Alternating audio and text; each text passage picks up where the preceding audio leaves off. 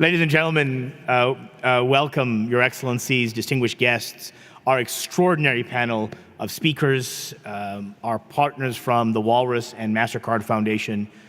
Good evening and welcome to the delegation of the Ismaili Imamat for this evening's special conversation. My name is Khalil Sharif. I'm the Chief Executive Officer of Aga Khan Foundation Canada.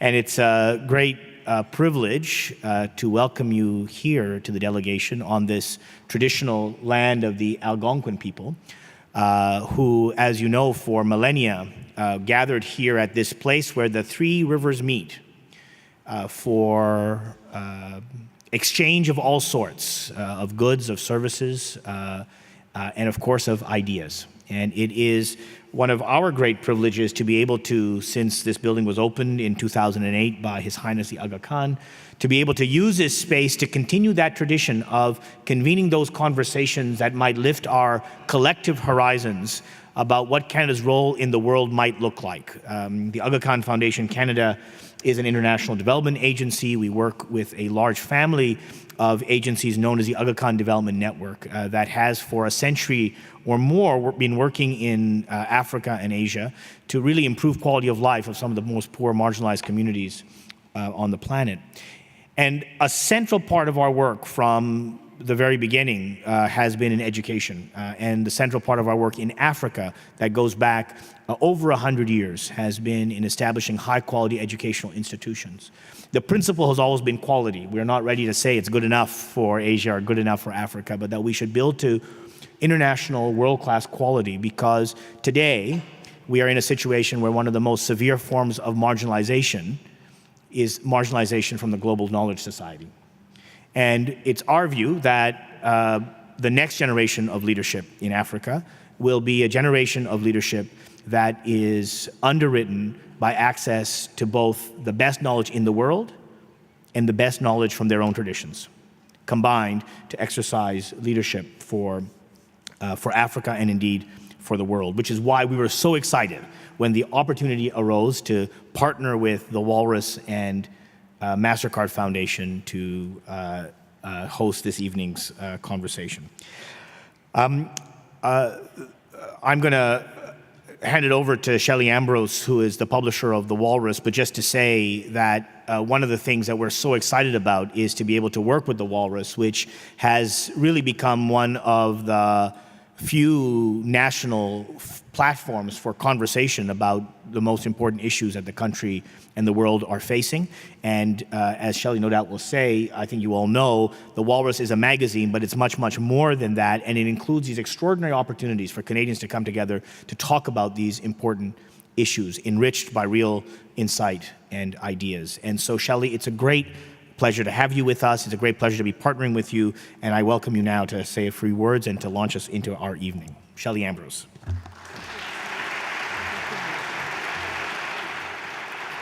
Wow, can you go on the road with us? You could just say that I wouldn't even have to get up here. Thank you, Khalil and the Aga Khan Foundation. I am indeed Shelley Ambrose, the Executive Director of the Walrus Foundation and the publisher of the Walrus magazine. I would like to welcome all senators, ambassadors, high commissioners, consuls general, parliamentarians, ministers, ministry staff, and each and every one of you, and thank you all for coming on such a hot summer night. We're thrilled to be in this gorgeous building with you as guests of the delegation of the Ismaili Imamat. That is the proper name of this building. I had to get used to that a little bit. And the Aga Khan Foundation for Mastercard presents the Walrus Talks Africa's Next Generation. I'm honored to be introduced by Khalil, who maybe you don't know, shares a background in journalism, having served as deputy editor of the Harvard Law Review. We are your people. We are. This is the traditional unceded territory of the Algonquin people, as Khalil mentioned, which means that this place has a very rich history and a bright future. And the Walrus, we're all about the future at the Walrus. This optimistic project started almost 15 years ago. In fact, next year, 2018, is our 15th anniversary.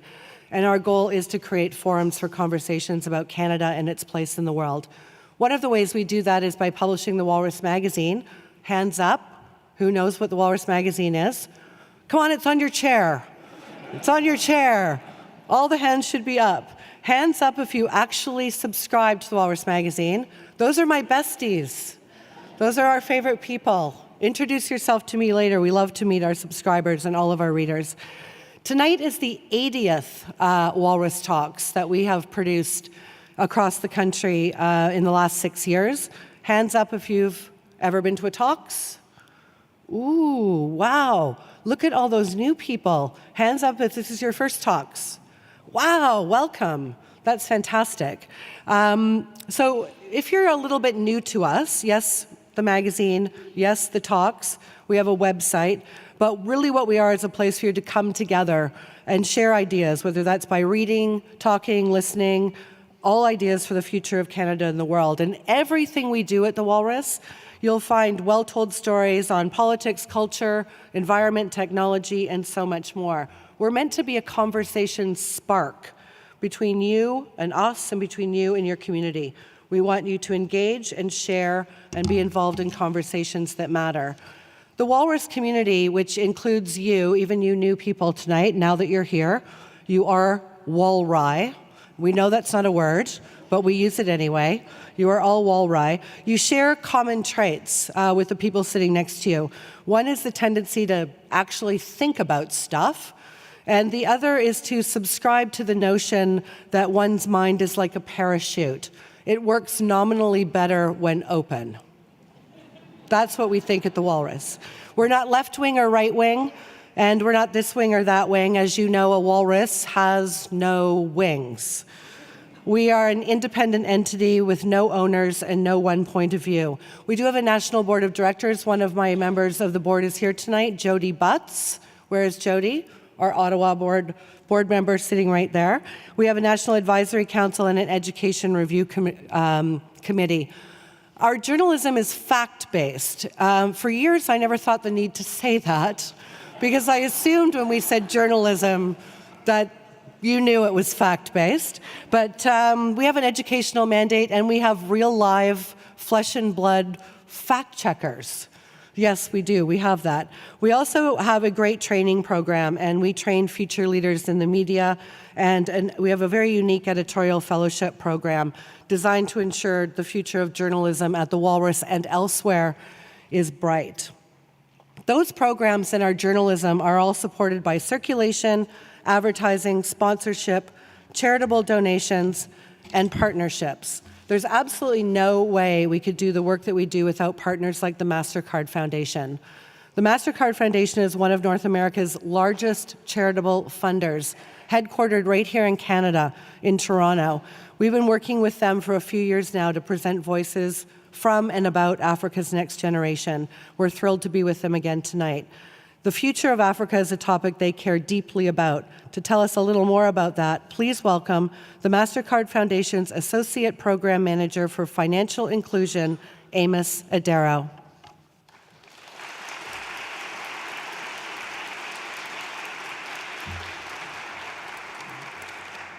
Thank you, Shelley. It's a great honor and privilege to be here today. Good evening, everyone, and welcome to the Walrus Talks, Africa's Next Generation. On behalf of the Mastercard Foundation, I'm very excited to share the stage with Miguel Orlando Shau, Marie Merci Ishimwe, and Luisa Njokimburu, 3 Mastercard Foundation scholars pursuing their studies at the University of Toronto. The foundation works with visionary organizations to provide greater access to education, skills training, and financial services for people living in poverty, primarily in Africa. We believe that all young people, no matter their starting point in life, should have an equal chance to obtain quality education and pursue their aspirations. The Mastercard Foundation Scholars Program, one of our best-known initiatives, ensures that students whose academic talent and promise exceed their financial resources are equipped with the knowledge and skills they need to become the next generation of ethical leaders. This program is providing education and leadership development for over 35,000 bright young leaders with deep personal commitment to changing the world around them and improving the lives of others. Nearly 23,000 Mastercard Foundation scholarships in our Scholars Program have been awarded. These young people like Marie, Njoki, and Miguel or Bior and Alfred, who spoke last week at a similar talk in Toronto, will create change that matters within their communities and will usher in a new era of inclusive prosperity. Tonight, you will hear from that next generation of bright leaders. We hope you will join us in listening to them, and we hope that together we'll find ways to ensure that you create the right conditions for them to succeed. Thank you.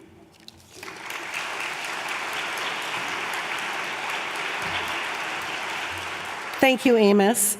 I also want to thank our national partners. Amos is also one of our talkers tonight, so he's going to be back up here in a few minutes. I'd also like to thank our national partners at Shaw and at Shirk and at AMIA Aeroplan, and our friends here in Toronto or in Ottawa at the Hill Times and also at iPolitics. So here's how the Walrus Talks works. You all have a program in your hand. The lights stay up. I do not pop up here like a jack-in-the-box and read the program to you. We know you can follow along. The front of your program is in speaker order, and if you flip it over and you want to know more about the talkers, their bios are on the back. Each will introduce themselves. You will hear 7 speakers. They have 7 minutes each. 7 speakers for 7 minutes each. Do the math. A little under an hour from now, I'll be back up here inviting you to join us at the post-talks reception. So just before I let them get underway, I want to thank each of them in advance. As Amos said, we have 3 Mastercard Foundation scholars with us tonight. They're actually representing U of T, UBC, and Quest University. And then the other 4 talkers are not Mastercard scholars. They're just smart people on the future of Africa. So I am going to thank, first of all, from Mozambique, Mastercard Foundation scholar from Quest University, Miguel Orlando Schio.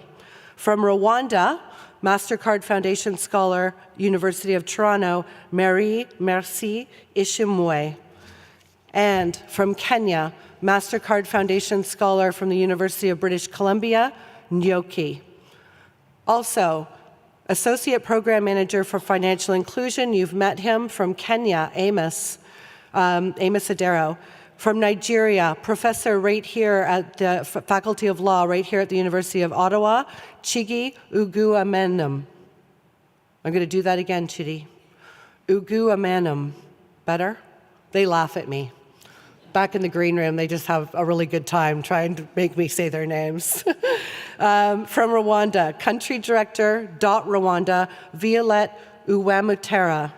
And from Ghana, former business owner, administrator, and asylum seeker, brand new refugee claimant, Osa Ahmed. And I'd like to acknowledge before Ahmed comes up that he is one of the people featured in the cover story of the magazine that was sitting on your chair. Thank you all for coming. Let's let them begin.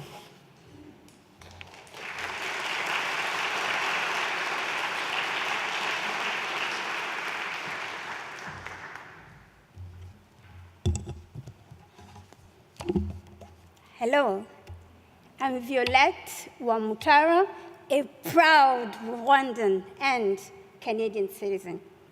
I lead an organization called Digital Opportunity Trust Rwanda, a movement of daring, young social innovators who are creating numerous opportunities and transforming their communities as leaders, innovators, and social entrepreneurs. Today, I would like to ask you, what do you know about Rwanda?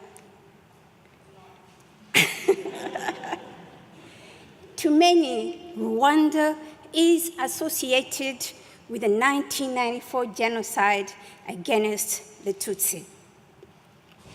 But did you know that Rwanda has universal access to healthcare? That Rwanda is one of the fastest growing economies? That Rwanda has the highest representation of women in parliament at 64%.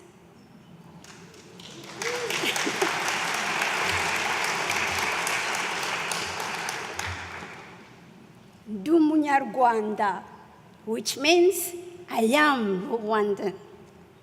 Being Rwandan is about agaciro, meaning self-dignity, the deep belief and understanding of who we are, what we stand for, our values, our worth, and our aspiration.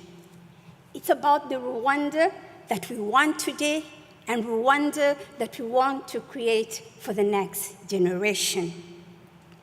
Our goal in Rwanda, my personal and professional mission, is to position the youth as leaders and change makers for Rwandans today and Rwandans tomorrow.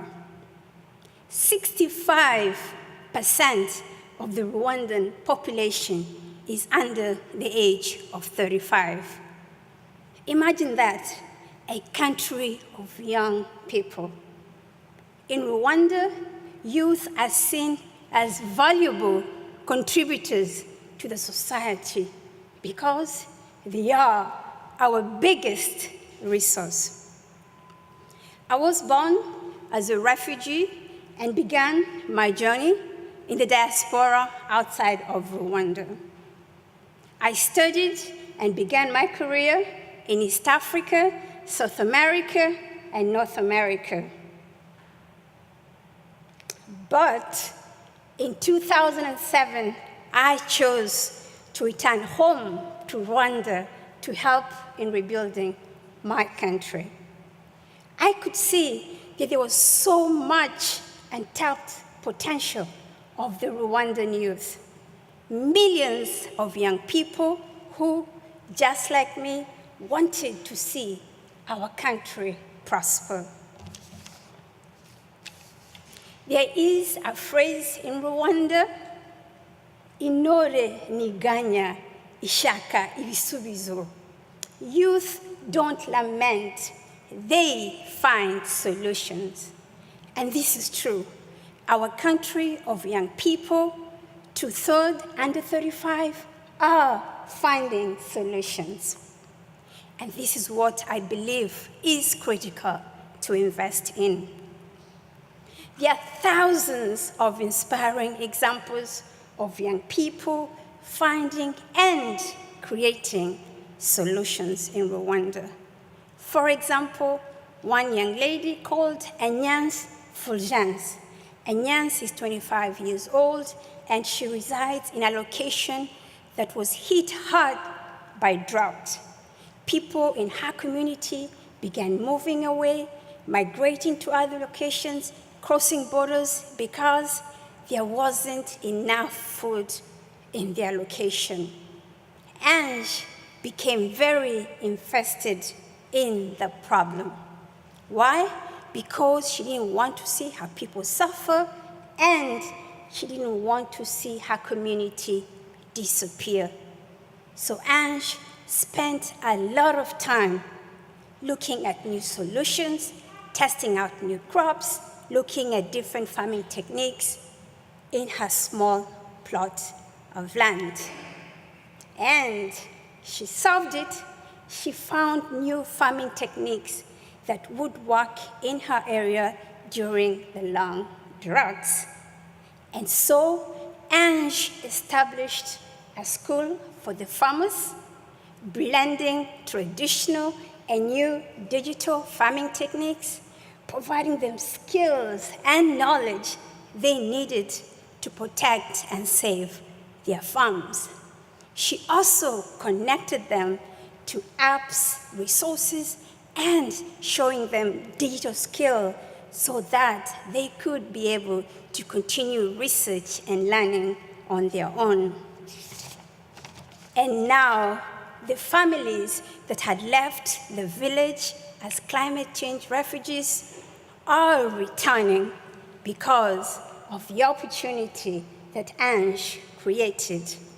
Ange is just 25 years old, and she is the next Rwandan generation, one young woman transforming her community. There are thousands and thousands of young people like Ange in Rwanda, identifying solutions identifying problems, building solutions, and creating sustainable change and opportunities. It grows across all sectors: agriculture, education, government services, tech sector, name it. Our young people are working on real problems and creating real solutions. What I have learned over the past 10 years working with young people is that when you support young people on their journey to analyze issues in their communities, to identify local challenges, and start creating solutions that respond to their daily struggles, the change is transformative. So through entrepreneurship, social enterprise, and digital innovation, Rwanda's next generation is leading the way to make Rwanda a strong country. I think all countries can look to Rwanda as an example of how to truly invest in the next generation and position them as leaders. Rwanda is paying attention, and it's because of this focus on young people that our country of young people has been able to move forward after the 1994 genocide to becoming one of the strongest economies in Africa. There is a reason to invest in the youth of Africa. Imagine in a country where 2/3 of the population are under 35. If all young people could be trained to tackle problems like Ange did. We're doing it, youth are doing it. And the next time someone asks you, what do you know about Rwanda? I hope you will say, ibisubizo, youth find solutions. Thank you, Marcos.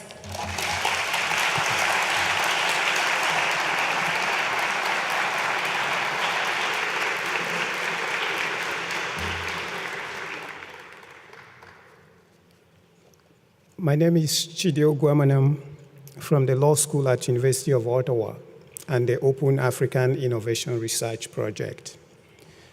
It's such a privilege to talk about the future of Africa and to reflect on the way forward. Africa is a continent of 55 countries and thousands of nationalities, and its incredible human diversity and cultural diversity corresponds with significant ecological and agro-diversity. Africa, as you have heard already, is the youngest and fastest growing continent. By the year 2050, 1/4 of the whole world at 2.5 million or 2.5 billion would be residents of Africa. Nigeria, Africa's most populous country, would be the world's 3rd largest. So, it is incredible to think about such a continent having 70% of its people below the age of 30. Therefore, Africa's future is at the intersection of strength and a ticking time bomb. In a way, the future of Africa lies in the continent's ability to capitalize on its own strengths and to exploit its latecomer advantage in development. And I want to touch on 2 aspects of Africa's strengths and their intersections. And that is the obvious one, the youth power, technology, and traditional knowledge in the context of agriculture, just as we have heard now. The starting point is that for Africa to be at peace, the continent must be able to feed itself. And most of us who are familiar with riots and revolutions, including the Arab Spring, would know that a hungry population is an angry population. But for most of the times, Africa has been cast in the image of a desperate continent in need of what they call capacity building and capacity development. And this is also the way they talk about indigenous peoples. Little attention is paid at all in relation to what we should learn from Africa. And more often than not, it's cut and paste orthodox solutions that are prescribed for the continent. For example, we are told that mechanized agriculture is the solution to Africa's food crisis. And therefore, the whole continent now is on the race to the bottom, trying to introduce genetically modified organisms. And these are actually driven by proprietary seed holders from outside of Africa, pushing away our farmers from traditional agricultural practices. That for us is a wrong way. That pathway would not make Africa to feed itself. But those uncritical advocates of capacity building and capacity development are themselves actually in need of inward capacity development to really understand the critical realities of Africa. And that is the kind of research we do in the Open African Innovation Research Project. And let's talk about it a little bit. High-tech agriculture has troubling legacies. And those legacies are not what we want to be replicated in Africa. As we speak, 24 billion tons of healthy soil and 15 million trees are lost yearly. From the early 20th century, we have lost 75% of plant genetic resources for food and agriculture. And we rely on only 3 major crops for the calories we consume. And those seeds are now into the hands of only 3 major agricultural corporations. None of them is resident in Africa. And we don't want that kind of tragedy to be replicated on this continent if it was to feed itself. Africa's case is radically different. At 874 million hectares, this continent has 62% of the world's fertile agricultural land. And there are 600 million Africans engaged in farming. And guess what? 80% of them are women in the rural areas. They are called smallholder farmers. They are the drivers of informal economy in Africa, a civilization that has invested and invented the internet, the aeroplane, does not have a solution as to how to integrate this critical population into the knowledge economy. So for Africa, what we have seen already is the race to the bottom of foreign direct investment, a radical displacement of the weak people that drive the agriculture in this economy. So, research and development priorities regarding agriculture, just like they've done in medicine, spending so much money, investing for medicines for the rich and not for the poor. The same is about to be replicated in agriculture. And therefore, from Côte d'Ivoire to Cameroon, from Liberia to Ethiopia, what you have seen is radical land grab and the displacement of African youths. All they can get in this deal is just a walkie-talkie, protecting the vast land that has displaced their ancestors. And therefore, my point is that Africa must capitalize on its factor endowment, and specifically traditional knowledge-driven agriculture. For Africa, there is a culture in agriculture, and that culture is our way of life. It is not just a production line. It is a community process, and we are completely invested in it from generation to generation. And the challenge we have going to the future is to model agriculture through selective interfacing of new information communication technologies for global market optimization of our niche added. It's about time Africa stopped being screwed by global value chain. So instead of desperate foreign direct investments, Africa should look into internal self-sustaining investment in its area of factor endowment. It may seem late, but it is still possible to make Africa to be the future of sustainable agriculture. Thank you.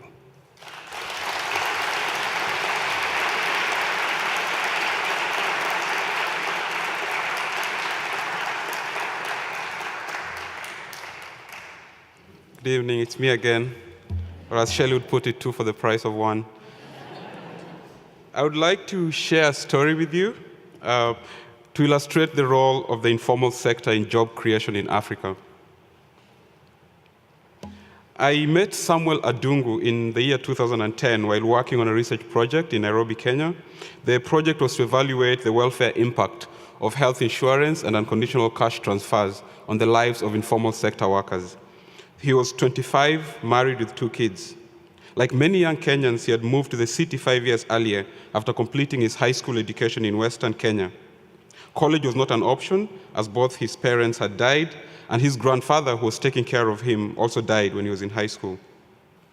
So one of the uncles advised him to head to Nairobi and look for work. He went to a part of Nairobi called Kamukunji Juakali to work in the informal sector. Juakali means hot sun or fierce sun in Kiswahili. It's an open-air informal manufacturing hub with around 5,000 men and women operating out of temporary sheds made from iron sheets or out in the open under the hot sun, hammering on scrap metal, iron sheets, turning trash into treasure, making stoves, pots, pans, wheelbarrows, storage boxes, and other household or farm implements. There are support enterprises that have mushroomed around Kamukunji Juakali. You'll find food vendors, repair people, brokers who act as middlemen between the manufacturers and the customers, traditional medicine people. Right next to Kamukunji Juakali is Gikomba Market, which is the biggest open-air market in Kenya, where you can buy anything from second-hand clothes, traditional medicine. You can get your clothes repaired. You can buy shoes. You can find anything you need in Gikomba Market. The term Juakali has therefore come to include all the millions of Kenyans all over the country who work as vendors, who work as artisans, who work as service providers. Unfortunately, the informal sector is not regulated or recognized by the government. This means they lose out on the benefits that are enjoyed by the formal sector. So actually, a little historical point here. The Kamukunji area, the area where Kamukunji Juakali is located, was originally formed as a peripheral trading post by Africans who are not allowed in the city center bazaar of Nairobi. It was illegal, they were harassed, but it survived all these years. And actually, it's continuing to grow in size and importance. Back to Samuel. So he got to Kamukunji Juakali. He could not afford to pay for training. He was accepted as an apprentice. He was trained. He was learning on the job. He learned to make metal boxes out of iron sheets. Within a few months, he was able to make boxes. And then he moved on to tinsmith work, which he described to me as molding of items such as pots, pans, buckets, basins, and tin lamps by hammering on sheets of metal. On a good day, he would earn around 800 Kenya shillings, which is approximately $8, which is barely enough to support his family. Why is this important? For Samuel and millions of vulnerable Kenyans, the poor, the young, the women, those who cannot make a living out of the rural areas, Juakali, or the informal sector, is the only viable livelihood option. Recent World Bank data put youth unemployment in Kenya at 22%. This is lagging behind job growth. The population of Kenya is lagging behind the number of jobs created by the formal sector. The same report also says that in Kenya, the informal sector contributes to 3/4 of employment and 1/3 of the economy. It's growing at 10 times the rate of formal employment. Over 60% of those in the informal sector are between the ages of 18 to 35, while 50% of them are women. And what about the rest of Africa? A study by the African Development Bank says that more than 2/3 of African jobs are in the informal sector, contributing to 1/3 of the GDP. Working in the informal sector for Samuel and others is not without challenges. For starters, it's a high-risk environment. There are no safety equipment. There are no gloves, helmets, safety boots, first aid kits, or fire extinguishers. So this leaves them extremely vulnerable to work-related accidents, to hearing loss from the extremely noisy environment, to pollution-related respiratory ailments. They work in temporary structures, and these are prone to destruction by the elements, by fire, by floods. They labor for long hours. They have no access to benefits such as pension, health insurance, or leave days. For the business owners who employ Samuel and others, they're not recognized by government, and because of that, they have no access to business finance or property rights. So the temporary structures they operate out of cannot be used as collateral for loans. There's a long and complicated taxation and registration system, and there's an absence of tangible benefits resulting from formalization, and this discourages many from formalizing their businesses. But despite all these challenges, Samuel and others in the informal sector continue to use their knowledge of indigenous networks and resources to innovate and improvise solutions. For example, in response to lack of access to formal financial services, they have formed informal networks called chamas, where they pool money together and they share it out regularly. And these chamas also play the role of social support groups in case of emergencies, such as deaths or sickness. The amount of money they save together is not very big, so the impact is limited. But the social capital built reduces the transaction costs through the trust and relationships in the community. So in spite of the systemic constraints, the informal sector continues to grow. How can we make it work better? How can we make their lives easier? Well, first and foremost, we need to give them the respect, recognition, and space that Juakali or the informal sector deserves, just as we give the formal sectors. Instead of rushing to formalize them simply for tax-based expansion, governments should recognize the sector's contribution to the economy and make the sector experience the actual benefits, such as improved access to services, infrastructure, and finance. Engagement of all stakeholders to address the issue is important, but unfortunately, previous partnerships to design solutions for the informal sectors were not giving serious attention or actually ignoring those who actually live the experience, those who actually work in the informal sector. So if we want to sustainably create jobs for African youth, we need to increase productivity of the informal sector. We need better infrastructure and access to capital and an inclusive business climate, because this will lower the cost of production and attract more labor. We can also enhance productivity by improving access to technology, enabling those in the informal sector to access new ways of trading, marketing their product, and working. An example is M-Pesa in Kenya, which is an innovative mobile phone-based digital money platform used for payments, savings, credit, and access to market information. So as the population of Africa is increasing at a faster rate than formal jobs can be created, the informal economy or the informal sector will continue playing an increasingly important role as a source of jobs for youth. And to benefit from this potential of the growing population, governments, informal sector, public sector, international organization, we should all listen to the voices of Samuel and others working in the informal sector. Thank you.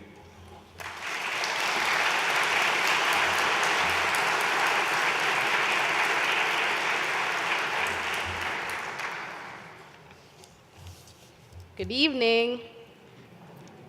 My name is Njoki. I attend the University of British Columbia in Vancouver. I thought it would be interesting to start by taking us on a short journey to our past. Are you ready? Okay. Let's talk about breakups. Yes, you heard me right. I'm talking about past relationships. But I want us to consider a specific aspect of the whole picture. That one person that we still think about today. You know, the one that we convince ourselves we are so done with, but somehow they end up taking most of the room in our minds. The one that makes us think, would I be a different person today if I never went through that? The one who clouds so much of our present moment, we are convinced that the breakup actually never happened. Well, now let's talk about Africa and its own breakup story. Africa's breakup story is more or less just as tangled. The thing is, we are breaking up with our past. But the problem, as you may have guessed, is that we keep coming back to wallowing in this what ifs. What if we were never colonized? Where would we be? What I'm saying is that, yes, Africa is moving forward, but seemingly so on crutches that we have built on accumulated pain because of this history. We're not simply learning from our past, we're using our past to detrimentally justify our present. It is important to acknowledge your history, but as long as you constantly keep defining your present to be a result of your past injuries, are you actually heading anywhere? Naturally, there is so much more than everything that came with the scramble for Africa. There is more history to that. For example, how many of us here can say we know more of pre-colonial kingdoms and dynasties than we do of who colonized whom? Yeah. I am not suggesting that we wipe evidence of colonialism clean, nor should we be forced to forget the pain and the loss. What I, however, have come to observe is that intentionally or unintentionally, we contort this past to serve as an excuse of our present struggles and the outcomes. And what saddens me more is that it's as though we are awaiting this perpetrator to undo their wrongs, as though there is enough compensation that could suffice for the pain and the brutality and the loss. So I must applaud those who always do their best to bring positive change technologically, economically, academically, politically to our beloved continent. Those among us who have learned from our past and are putting the efforts that we have into unchaining our communities from modern-day oppressions. Those of us who understand our privilege and responsibly using it to enable others to access the resources that we have. Those among us who understand and honor the sacrifices that we have to make in order to be active participants in the successes of Africa's next generation. Africa is a jewel, as often said, but its worth is paradoxically disregarded by its own owners. We fail to see the treasure that we are and the treasure that we have. But once we fully comprehend what it really means to be enough just as you are, then there is no need to gain approval. Just knowing that you are enough is itself a revolution. And if it is the least we can do, we must learn to guard our worth, to identify ourselves as Viola did, as confidently as she could, as an African. To identify yourself as an outstanding innovator, as a radical artist, as an exceptional student. Of course, international trade, international relations are crucial. But when it gets to a point where your development, your resources, your life is in the hands of others, then independence becomes an illusion. Foreign aid is not something that we are meant to fully rely on, and it is not compensation for any form of injustice. Collaboration is good, but dependency at this level is dangerous. We hold so many of the solutions to our problems, and we must learn to be brutally honest with ourselves. What barriers have been set in place that are impeding our progress? Not only by others, but also by ourselves. Again, there is nothing as powerful as the conviction that one is enough just as they are. So my dream for Africa is that we will realize and claim the power, the genius, the wealth, and the force that we already are. I wish I could answer this question. Why are we so tragically chained to our own history? I'd like to call on to the spirit of the late Professor Wangari Maathai, the first African Nobel Peace Prize laureate, who said, "You cannot enslave a mind that knows itself, that values itself, and that understands itself." Thank you.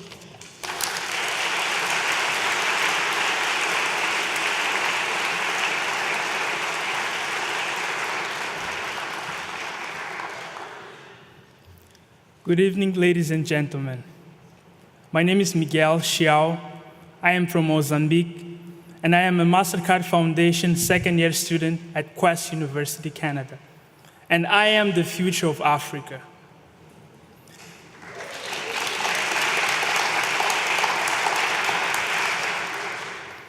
In 2011, The Economist raised the idea of Africa rising. They looked into countries' GPD as indicators of economic growth in sub-Saharan Africa, and were optimistic about Africa's future. Since then, there have been several opinions in the topic, some defending that Africa is no longer rising due to the late unsuccessful attempts to boost the economy and marks of bad governance.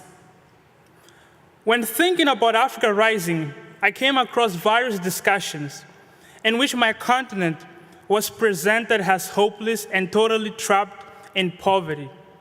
But I still felt the need to ride on Africa rising regardless, because I do believe that Africa still has a huge potential for development.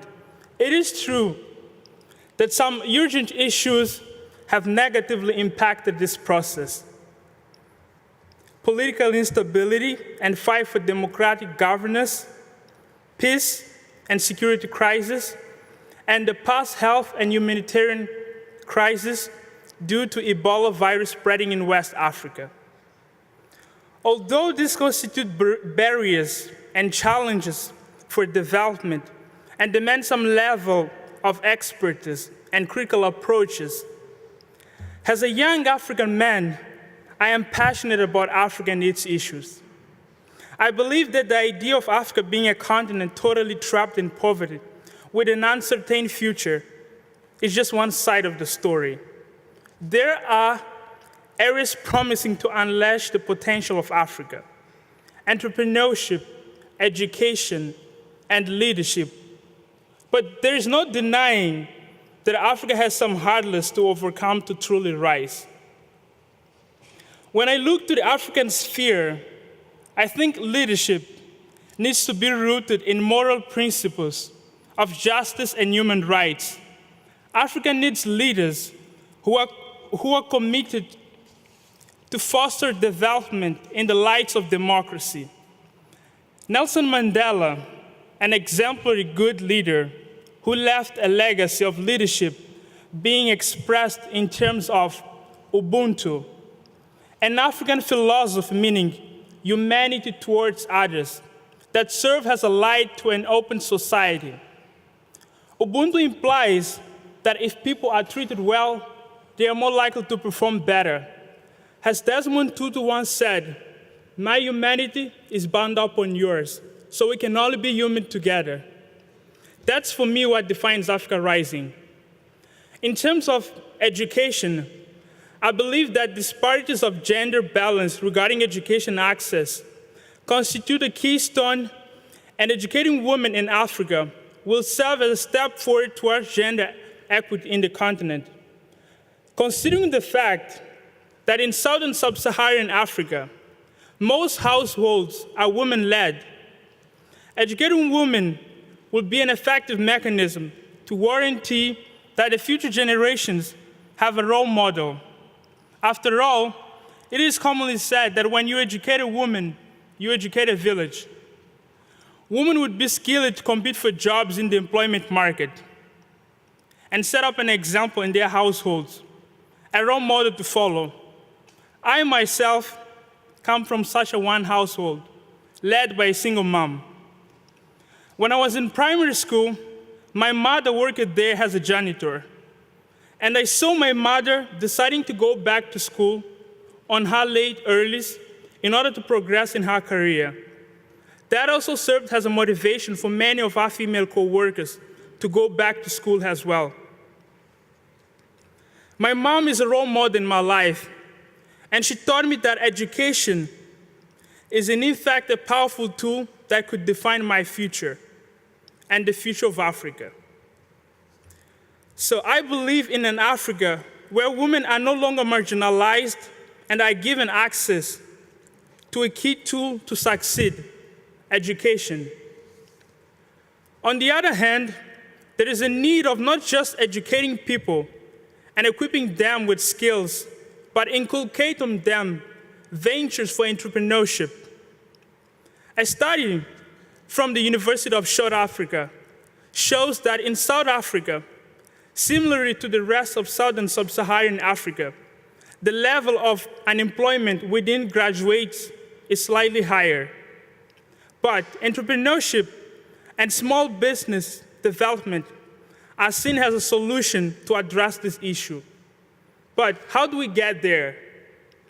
Higher education institutions in Africa should combine traditional teaching methods with other alternative approaches to stimulate entrepreneurial education. This will develop the skills that are essential for graduates to succeed in the employment market and or create their own jobs. We see a demand in our society for skilled people for the employment market, but principally for individuals who are able to explore new ventures to generate income for Africa Rising. By focusing on these areas of potential, Africa Rising is a society filled with change makers, able to lead by expressing Ubuntu, where men and women have access to the same opportunities. And education leads to entrepreneurship, which is a powerful tool for development. This is how we realize Africa Rising. Thank you.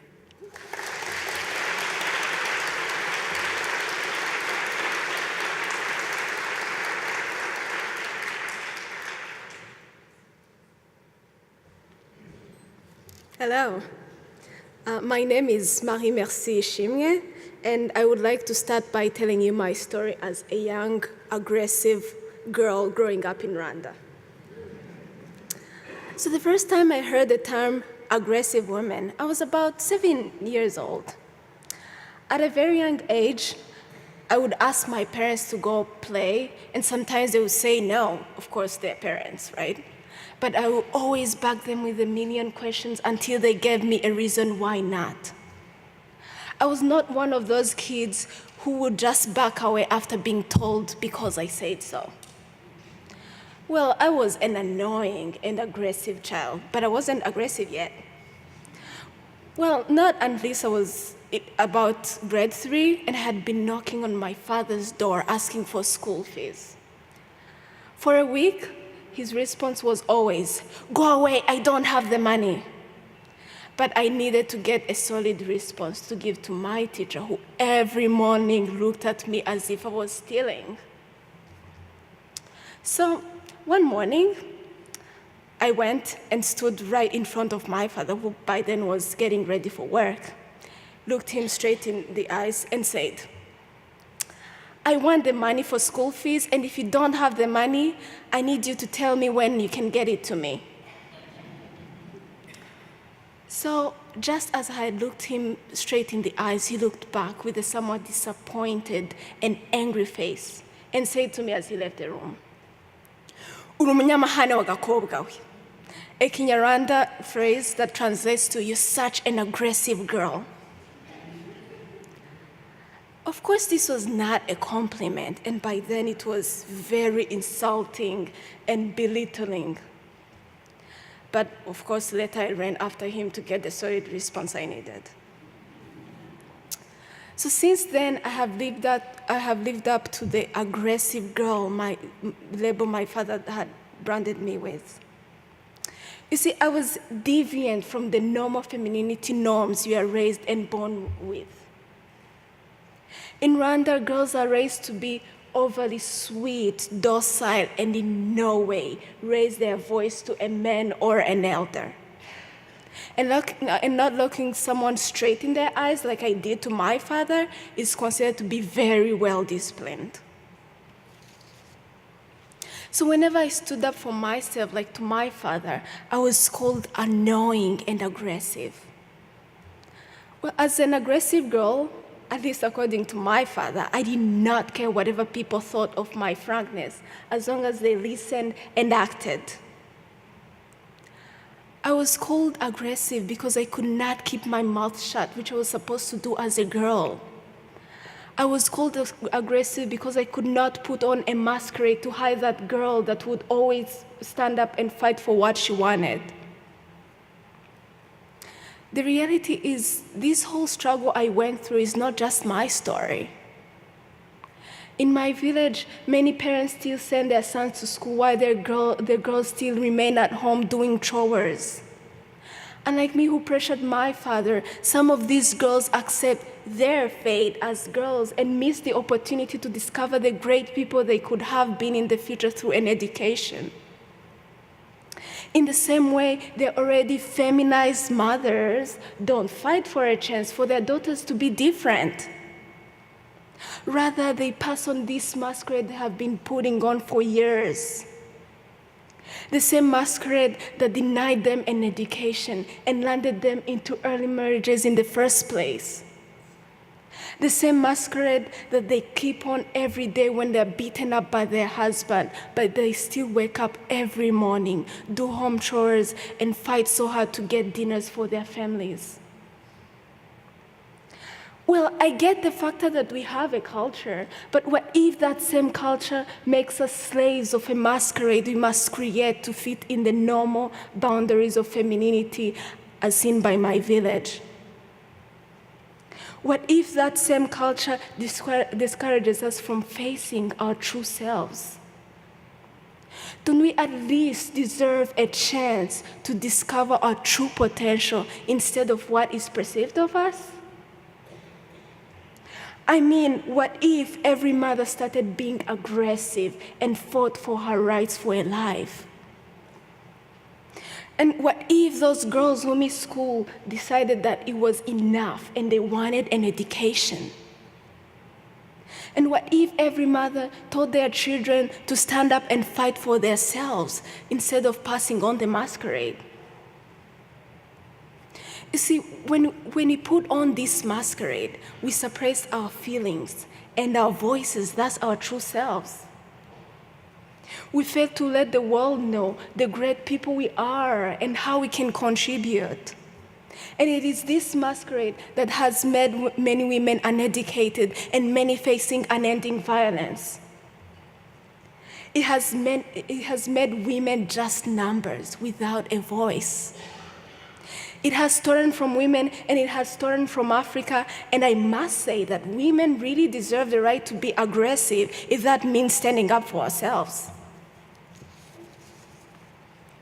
They deserve to define the femininity that suits them. Just imagine great things that would blossom if women would remove this masquerade, raise their voices so that policies could be made to include these voices. Imagine an Africa where women would get an education and be proud to be called aggressive, because it is actually a compliment. So I urge every woman, either here or at home, every woman to be the aggressive my father labeled me and fight for what is rightfully theirs. Because only then will women leave the masquerade and be fully empowered to make Africa great. Thank you.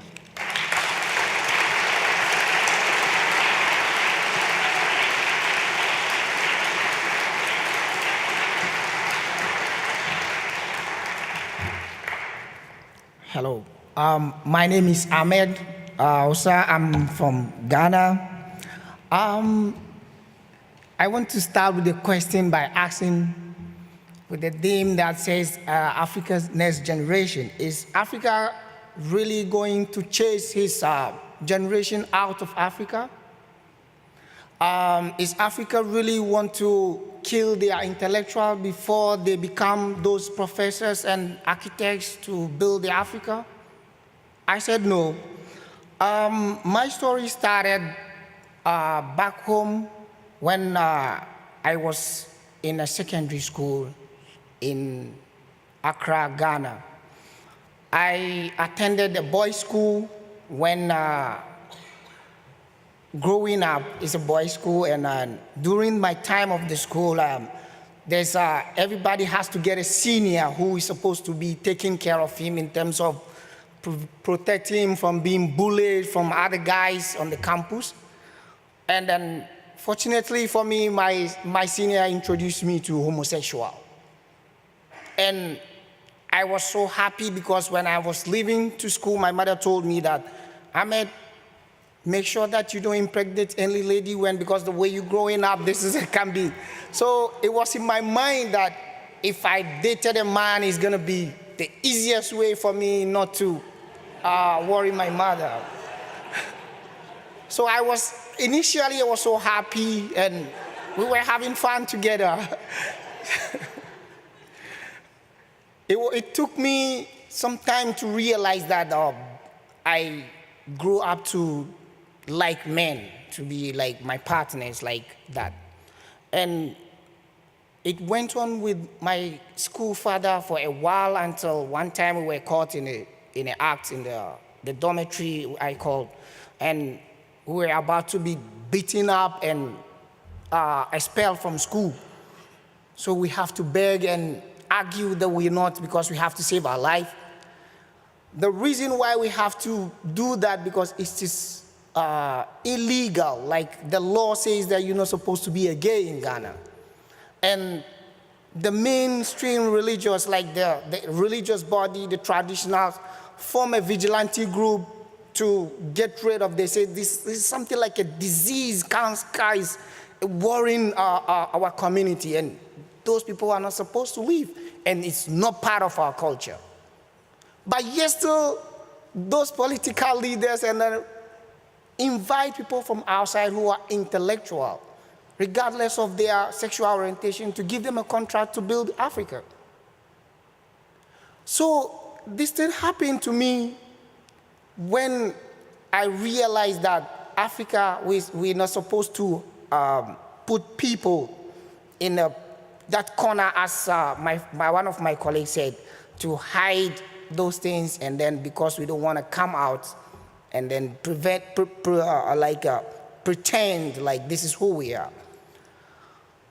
I went there with my school father, and things was good until he graduated and left me. And I also had another date that we having fun until I left the school. That's when I graduated and went home. And when I got home, I was always with guys who come to me, live with me in my room, and my parents, by then my father was dead, so my mother and my grandmother who was there, and they were very suspicious, and my sisters, they were asking me questions. Why at this age, naturally you should be dating a lady, but we don't see you doing that. And I said, oh, I'm not interested, but I can't tell them, because if I tell them, I'm putting my life into danger, because they themselves can hang me out. So I have to pretend until it gets to a point that the questions was so much, I feel so pressured, and I have to date a lady. And they realize, oh, this guy is like that, and the relationship didn't work on well with me. So I went back to I went back to date my guy who I am with before when we were in school, and we were so happy. But this time I went so secretly because I start to hear the news of what is going on about gays in Ghana. It's really, really, really horrible. You heard the news about people being expelled from school because of their sexual orientation. You heard the news of people being killed because of their sexual orientation.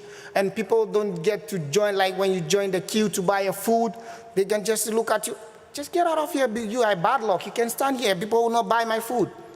And people will not sit next to you because of that discrimination, because of who you are. And was so horrific, like I became so afraid, so I have to hide it. Until one day after work, because I was working normal, I have a normal life, but I still hide in that. Many people don't know me in that. One day I went out with my guys, and during a drink after that, it was late in the night, and one of the guys called me and he said, oh, it's my birthday tomorrow. And I said, oh, then I have to give you a birthday gift. I just kissed him passionately on the parking lot.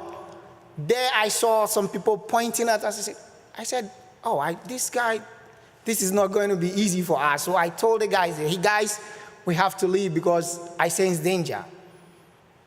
And everybody sat his car and we left.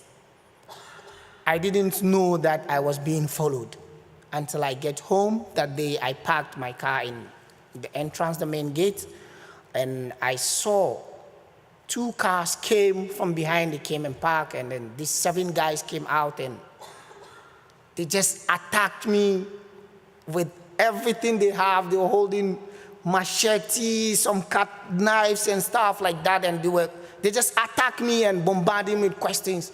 Are you a gay? They asked me, we saw you kissing somebody. We're gonna get rid of you one after the other because you can't live in this life, in this community here. So I was so afraid.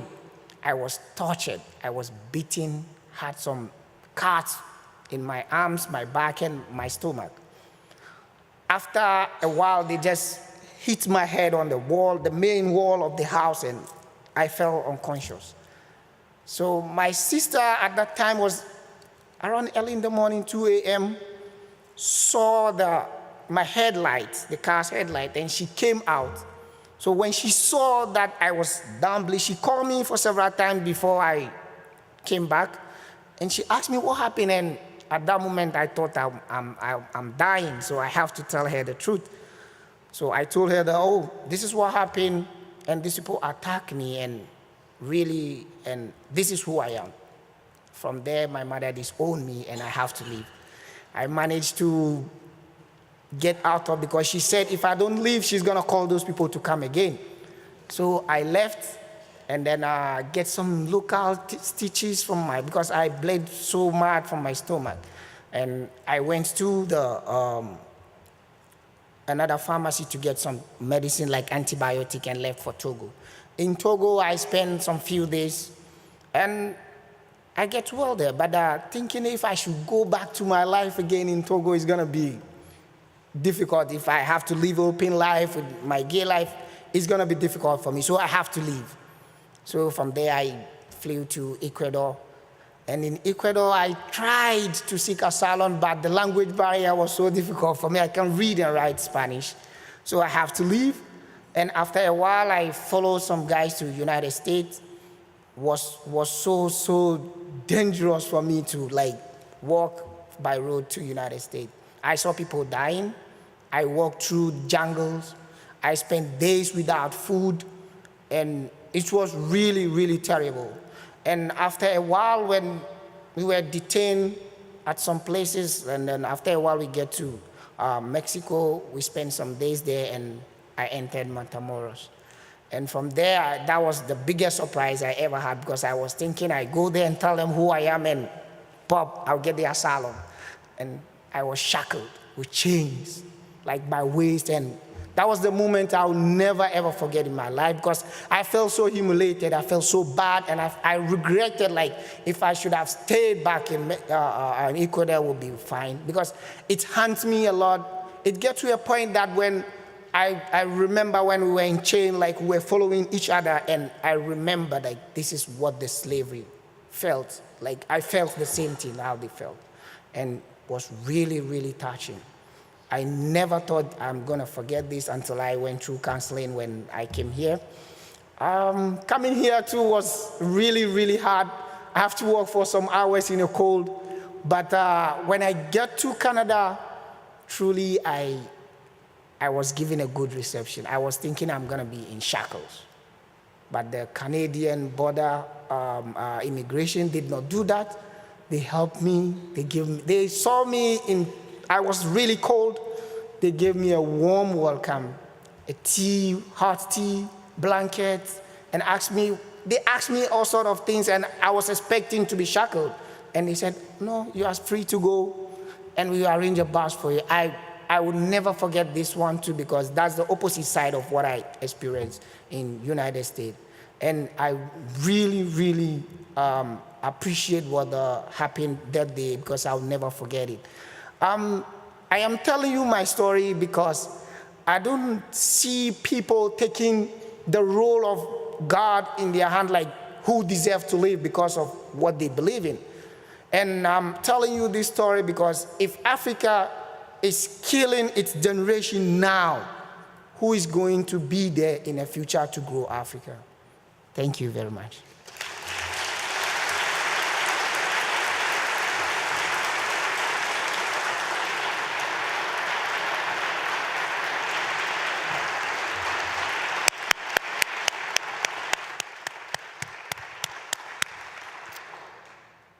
That is a Walrus Talks. And we embrace the idea that it's complicated. And I really want to thank all of you for sharing your perspectives with us, some of you in your second and third language, which is also amazing. And I'm going to read all of their names, and maybe we can save applause for the end when we thank our speakers: Miguel Orlando Xiao, Marie Merci Ishmoy, Njoki, Amos Adero, Chidi Ogu Amanam, Violet Uma Utara, and Ahmed. Thank you.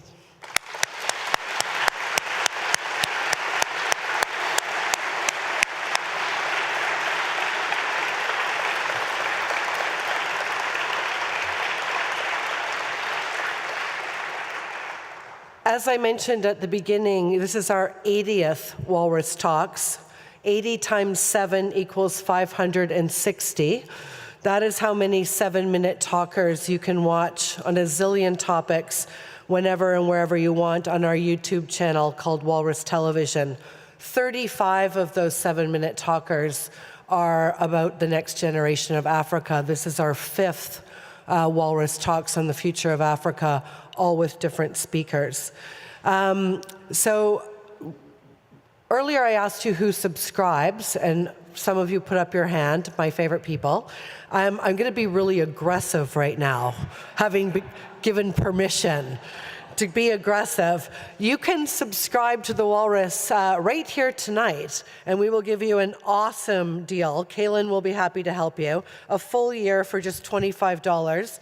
Unlike the Globe and Mail, we're still national, and we still come directly to your mailbox. We practically deliver it ourselves. So please sign up, and while you're there, sign up for our newsletter so you won't want to miss any other Walrus Talks. Thank you to Laurie Armstrong, Rita Roy, Isabel Bourgeois-Tass, and everyone at the Mastercard Foundation for your support. At this moment, I'm going to ask the talkers to stand up while I hold the rest of you for a moment. We're going to set them free to go to the reception room at the back so you don't do that weird thing where you trap them in the front row to talk to them and they can't move. So you guys go first. Khalil, please lead them. Thank you very much.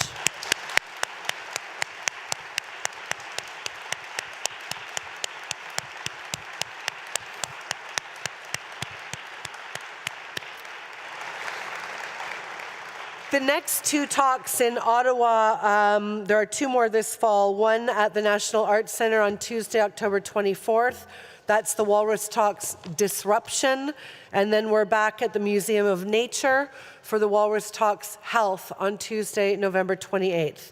At this reception, as well as those receptions, there is food and there is drink. And if you are there and will join us, there will be good conversation. Thank you for coming. Remember, you are the walrus. Good night, safe home.